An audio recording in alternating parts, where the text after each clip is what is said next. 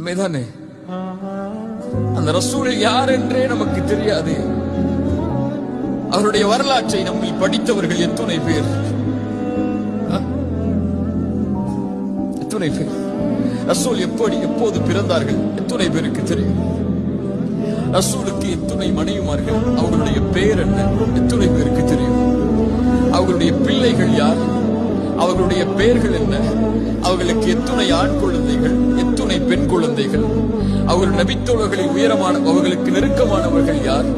எத்துணை போர்க்களங்களை அல்லாஹ்வுடைய தூதர் சந்தித்தார்கள்? மக்காவில் அவர்கள் சந்தித்த இன்னல்கள் என்ன? மதீனாவில் அவர்கள் சந்தித்த இன்னல்கள் என்ன?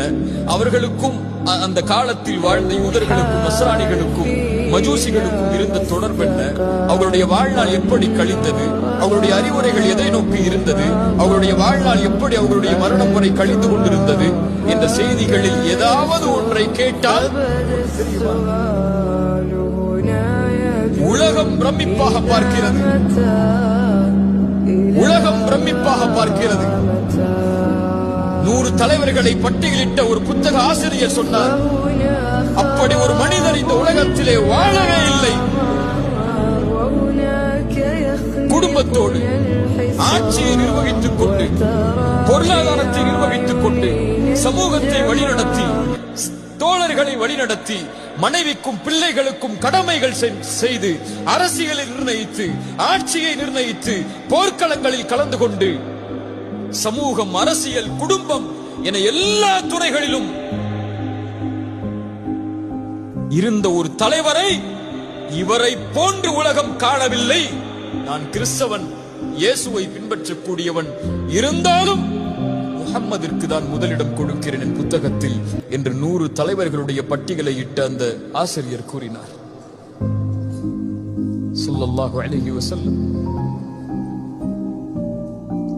ஒவ்வொரு தலைவரும் மரணித்ததற்கு பிறகு அவரை நினைவுபடுத்த சிலைகள் தேவை, உருவம் தேவை, நினைவு மண்டபங்கள் தேவை. உலகத்தில் எந்த தலைவருடைய முகமும் இல்லாமல் அவர்களுடைய தொண்டர்களும் தோழர்களும் அவர்களை பின்பற்றக்கூடியவர்களும் இல்லை. ஆனால் ஒரே ஒரு தலைவர், நூற்றாண்டுகள் கடந்தாலும் அவருடைய தோற்றம் கூட எப்படி இருக்கும் என்ற கற்பனை இல்லாமல் இந்த உலகத்தின் பெரும்பான்மை ஒரு தலைவரை பின்பற்றுகிறது என்றால், அஷ்ஹது அன்ன முஹம்மது ரசூலுல்லாஹ் என்று சொல்லக்கூடிய சமூகத்திற்கு அந்த கண்ணியம் இல்லையா?